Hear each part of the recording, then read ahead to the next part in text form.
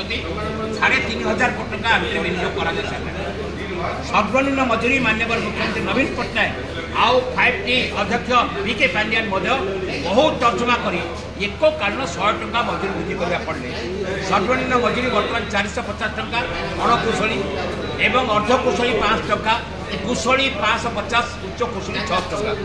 ଯାହାଫଳରେ ଝାଡ଼ୁ ମାରୁଥିବା ଲୋକ, ମ୍ୟୁନିସିପାଲିଟିରେ କାମ କରୁଥିବା ଲୋକ, ସଫେଇ କାମ କରୁଥିବା ଲୋକ କେହି ବର୍ତ୍ତମାନ 450 ଟଙ୍କା ତଳେ ରହିବେ ନାହିଁ। 450ରୁ ଗାଡ଼ି ଚଳାଉଥିବା ଲୋକ 600 ପର୍ଯ୍ୟନ୍ତ ଏମାନେ ପାଇବେ। ଓଡ଼ିଶାର କୋଟିଏ ଲୋକ ଯେଉଁ ଉପକୃତ ହେବେ। ଶ୍ରମିକମାନଙ୍କର କଲ୍ୟାଣ କ୍ଷେତ୍ରରେ ବିଜୁ ସ୍ୱାସ୍ଥ୍ୟ କଲ୍ୟାଣକାରୀ ଯୋଜନା ମାଆମାନଙ୍କ ପାଇଁ 10 ଲକ୍ଷ, ପରିବାର ପାଇଁ 5 ଲକ୍ଷ ଏବଂ 5.5 ଲକ୍ଷ ପିଲା ସ୍କଲାରସିପ୍ ପାଉଛନ୍ତି। 90-80% ଭାରତବର୍ଷର କେଉଁ ରାଜ୍ୟରେ 98% ପିଲାଙ୍କୁ ସ୍କଲାରସିପ୍ ଦେବାର ନଜର ନାହିଁ।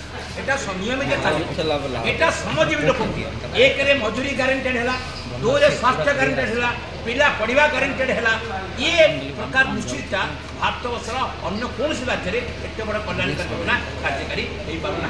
এটা পুরী ইন্সুরান্স নহ, এটা হচ্ছে গভর্নমেন্টর ডাইরেক্ট ক্যাশ পেমেন্ট এবং সরকারি হসপিটালে কাম করুবা চিকিৎসালয় যেমনি পাইবে, বেসরকারি হসপিটাল মধ্যে সেভাবে পাইবে।